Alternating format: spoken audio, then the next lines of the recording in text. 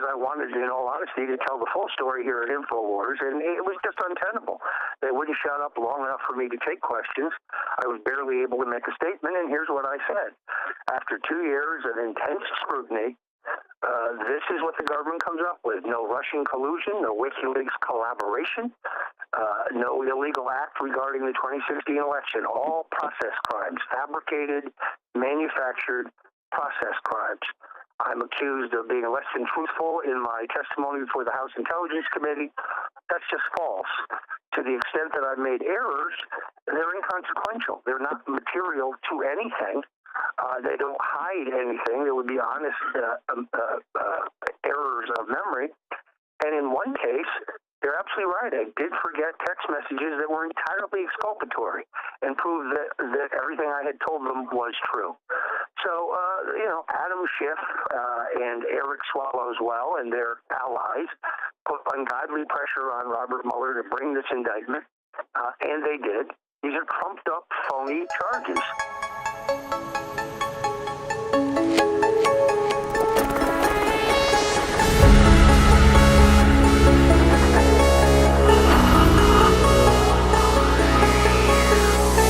InfoWars, tomorrow's news today. All right, I have talked to Roger and his lawyer. He's going to come back on. They were literally thrown out of the courthouse. The first time the phone cut out, the next time they grabbed the phone away and hung it up and threw them out because they were so scared of the thousands showing up. Okay, that's them again. Hello? Hey, let me do this. I'll call you right back. Anyways, Roger Stone's coming right back on, probably in 15, 20 minutes. I've got his lawyer also ready to come on. And again, if I'm a little hyped up here with the crew, I'm just ready to win here. I'm ready to expose this. I'm going to tell you, when I'm on, I'm on. I said, Roger, you're going to go out there and they're going to drown you out, and they're going to, and I said, all you can say is, oh, now you're against free press. You won't let me have my speech. I told him, and then it happened. I know the enemy. So we're going to be looking at all the angles of that today. And we do have his exclusive where he got to speak. Imagine someone charged with this anti-free speech, anti-journalism garbage, no Russia collusion. He actually got to speak. So coming up the start of the next segment, I am going to play what Roger said last hour so that everybody gets to see it and hear it again. And then we're going to take the interview as soon as we can and post it to Infowars.com. It's being uploaded right now. But, there's your headlines, ladies and gentlemen. Roger Stone completely shut down, not allowed to have any free speech. Roger Stone drowned out by lock him up chance while giving press conference. I told him it was going to happen. This was his chance to respond. And now he needs to come on air and talk about how this has happened and how he's had his speech taken, because that's what this whole thing is. These people can't beat us politically. So they want to silence us, then frame us, then put us in jail. Silence us, frame us, put us in jail. Silence us, frame us, put us in jail. Silence us, frame us, put us in jail. Silence us, frame us, put us in jail. And then he tries to go out and give a press conference, and the press itself, they were involved because they're not the press. They're a bunch of Jim Acostas. They shout him down, his big opportunity in front of every damn news entity going out globally, because that was hundreds of millions of dollars of publicity. That was him getting to say he could do something. Roger Stone's back on? Live? Okay, let's bring Roger back up. Roger, did I not predict they drowned you out, my friend? Well, they tried. Oh, you did a great job. I'm not criticizing you, but world exclusive now this time. What was it? I mean, a lot of it got out. You look great. You sounded great. But, brother, they don't want you to have your speech. So this is your chance. Go ahead. Yeah, no, the best thing about it, Alex, was that they were furious that we were talking on InfoWars and made them cool their heels. CNN, MSNBC, Fox, all bombarding my lawyers with text messages and phone calls, going crazy because we were live and exclusive on InfoWars. So I'm very grateful for that. Just to recap, at the literally rise of the sun this morning, I'd gotten up from bed to the pounding on the door. I looked down on the street, and there were 17 vehicles, all with their lights on. I went to the front door, which has glass in it. There were two FBI agents pointing semi-automatic weapons at me, shouting at the top of their lungs, "Open the door, open the door." I opened the door. They said, "Are you Roger Stone?" They said, "Yes." They said, "You're under arrest. Please step out of the house." I stepped out the door. They put handcuffs on me, and they took me out in the front yard. They asked me if there were any weapons in the house. There are not. They asked me about my dogs. I said they're harmless. They asked me who else was in the house. I said my wife. They said who else? I said my wife. They said but there's someone else. I said there is no one else, and there wasn't. Hold on, stay right there. Don't hang up. World exclusive. Roger Stone not allowed with 1,000+ media to have his speech drowned out by members of the press. He'll have his speech straight ahead. Stay with us. Alan Dershowitz says Trump is the target. Yeah. Mueller, Comey, Rosenstein all lied to Congress and said Trump wasn't the target. They lied. He was the target. They did wear wires. Trump's a patriot. They're the ones on the Russian payroll. Roger Stone was on with us for 25 minutes at the start of the show. He told me earlier they came in, grabbed the phone away. The courthouse said there's thousands out there. It's too dangerous. They're too angry. Get out there. Repeat all that. So Roger Stone goes out. He did a great job, but they drowned him out mainly. They had to end the press conference. Media just shouting questions incoherently. You all saw the footage. So now Roger Stone, thanks to InfoWars still existing, we're supposed to already be gone. I can't tell you the stuff they've done behind the scenes and publicly, but they have fought like the devil to try to take us down. But thanks to you listeners and thanks to your prayers and your support, we are still here, and Roger is still here when he'll tell you the only place that supported him was InfoWars. Even though it put an albatross around my neck, hey, I already put that thing on before I ever met Roger. So, Roger, you've got the floor right now to lay out exactly what happened and then have your statement and then what happened with that howling crowd of so-called press trying to silence you. All right. Well, so to pick up the narrative, they then, the FBI told me they had a warrant to search my home, to seize all my computers, my cell phone, my iPad, so on. They also had warrants to seize the InfoWars studio, which is in Oakland Park, and to inspect my apartment in New York. They showed up at both those locations. They did ask for the key for the InfoWars studio, so they didn't have to break the door down, which I gave them. There's nothing there to find.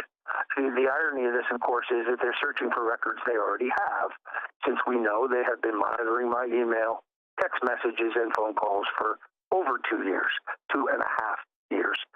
Then they took me, still handcuffed, to the FBI processing center. The individual FBI agents were very courteous, very respectful, got me some water, got me a protein bar, let me use the bathroom. And then I was fingerprinted. They took mug shots. And then they transferred me from there to the federal courthouse in Fort Lauderdale, about a 40-minute drive. There we went into the garage because the media maelstrom was beginning. There were probably 300 reporters there when I arrived. That crowd just grew. There was also a throng of supporters and a throng of protesters. And then I was put into a holding cell. Oh, pardon me. That's not true. I was then shackled, hand and foot, heavy metal shackles, and was taken to a holding cell with a group of other gentlemen, all of whom were African-American, and all of whom were there for some drug-related charges. Every one of them, by the way, supported the president's new policy regarding sentencing guidelines. And then after waiting there for a while, they let me see my attorneys. My attorneys told me that the government had agreed to bond of $250,000. But then that I would be brought before a judge. I went before the judge, still shackled, room full of press, but no cameras. It was very brief. The government and my lawyers both agreed to allow me bond.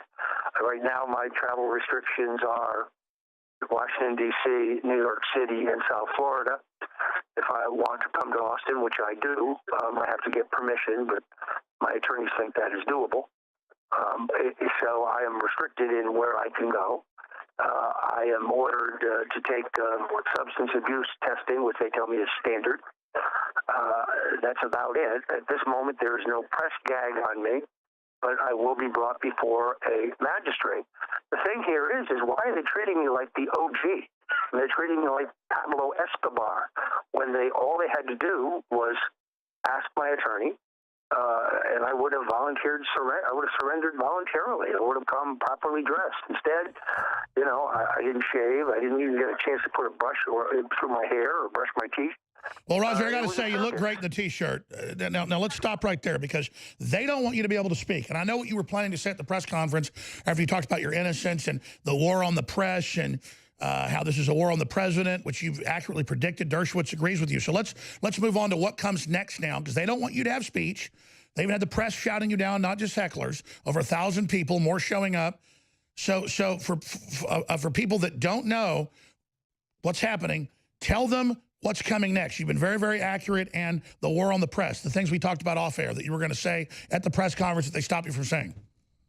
Well, what was most disconcerting about the press scrum is that some of the people were, of course, just loudmouth left-wing demonstrators, but some of the alternative left-wing media type were, shouting out, did you collude with the Russians? Are you a Russian? Do you work with the Russians? I mean, it was really ridiculous because anyone who's read this indictment knows that's not the case.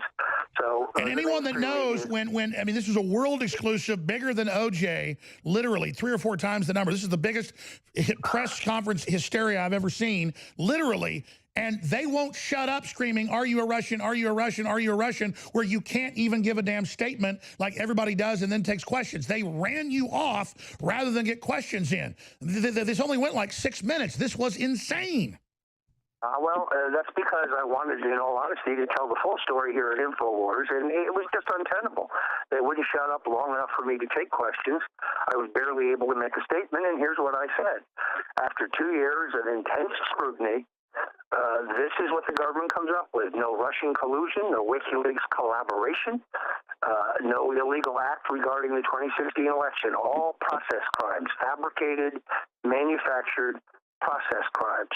I'm accused of being less than truthful in my testimony before the House Intelligence Committee. That's just false. To the extent that I've made errors, they're inconsequential. They're not material to anything. They don't hide anything. There would be honest errors of memory.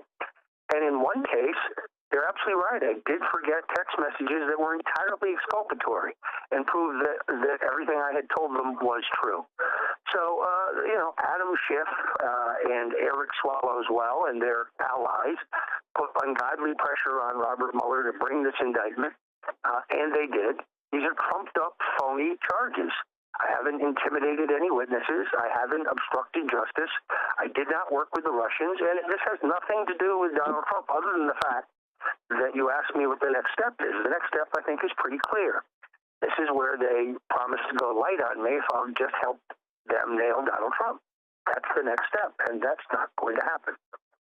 Well, I hate to raise this, but they're encamped at your house, digging over everything, hoping to find a crooked toenail or something, nothing related to Russia. I said last night, I said, I hope they don't put you under the jail like Manafort. So looking into the eyes of history, looking into real destiny here, Roger, what do you expect them to do next week when you're arraigned in D.C.? Well, I'll have a statement then, because I believe when you are falsely accused, it's vitally important that you respond. And I know InfoWars will be there to cover it, so I know the people will hear what I actually have to say. I'll be available for the War Room today, although we have our veteran show, so people can get a blow-by-blow of what happened. And yeah, we have Friday veterans call-ins. I think they'll understand it's preempted today. Yeah, so we're going to preempt that. Roger, I can tell people are talking to you and telling you to go, but this is a world exclusive. They've tried to silence you. I want you to just hold on for 5 more minutes on the side and then pop it on the War Room today. I know you're very exhausted, been up since 5 a.m. when they SWAT team raided you.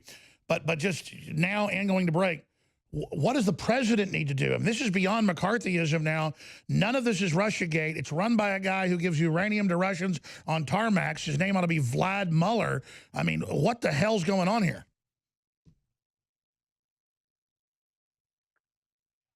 And they grabbed the phone away again. No, I'm here. Oh, you're there. Okay. There's so much call waiting. Roger, don't hang up. You got to go to break. I didn't. I moved to a different room so I could get more quiet. No, it's okay. Go ahead. We're going to go to break, my friend. I'll talk to you during the break. Don't hang up. Come back. One more segment, global exclusive. Think of all the things we talk about off air. You're so interesting off air, on air too. All the things you want to say, because they don't, especially next week you go in, they might throw you into the jail. So what does Roger want the world to know really happened? Stay with us. When it comes to rebuilding your energy, convenience is key. While coffee, candy, and other sugary products can give you a short boost, the crash can leave you more tired than ever. Turbo Force from InfoWars Life is a powerful mix-in energy packet that utilizes vitamins, amino acids, and extracts used for hundreds of years to provide you focus, clarity, and a boost of energy on the go. Simply take a packet, mix it into the indicated amount of water, and enjoy. With 14 servings per box for a 2-week or more supply, this is the formula to stock up on whenever you need a boost. Perfect for work, in the car, or at home. Turbo Force is the ultimate answer to a sluggish day. Don't let your day slow you down. Perk up with Turbo Force at InfoWarsStore.com.